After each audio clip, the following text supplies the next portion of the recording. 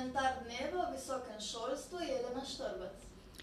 V zadnjem času se pri nas odpira veliko vprašanj povezanih z visokim šolstvom. Iz različnih skupin prihajajo številne pobude in potem spet iz drugih kritike na te prve. Vsak si želi nekako po svoje in domače urediti sistem, ki v obliki, kot jo uživamo danes, gotovo ne funkcionira tako dobro, kot bi lahko, ko bi ga le ne vsak ukalupljal le po svoji meri. Študentje smo priča procesom, ki ključno preoblikujejo naš visokošolski prostor.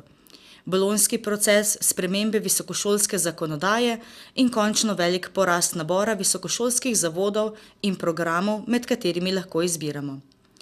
Na prvi vtis torej nič slabega, morebiti pomislite, a če naredimo že samo krajši pregled vsega naštetega, ugotovimo, da smo študentje v za nas precej neugodnem viharnem obdobju sprememb.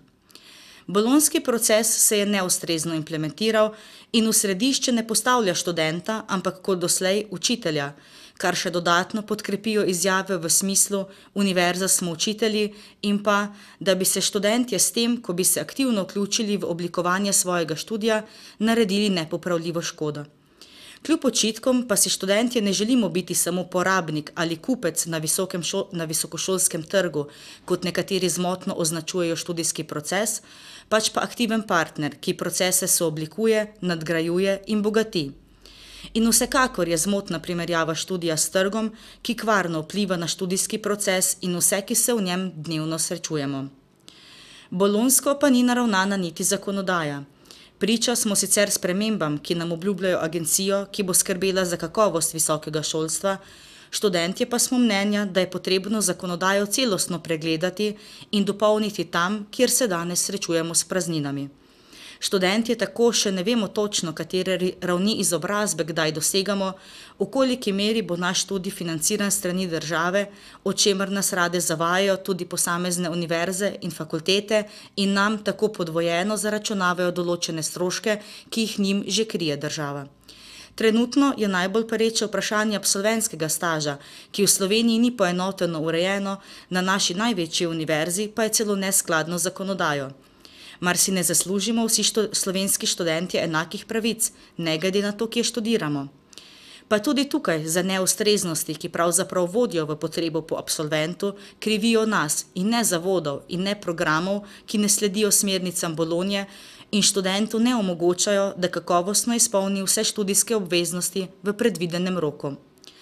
Do številnih razlik pa prihaja tudi med posameznimi visokošolskimi zavodi, ki rastejo kot gobe po dežju in ponujajo na prvi pogled zanimive programe, a brez preverjene kakovosti.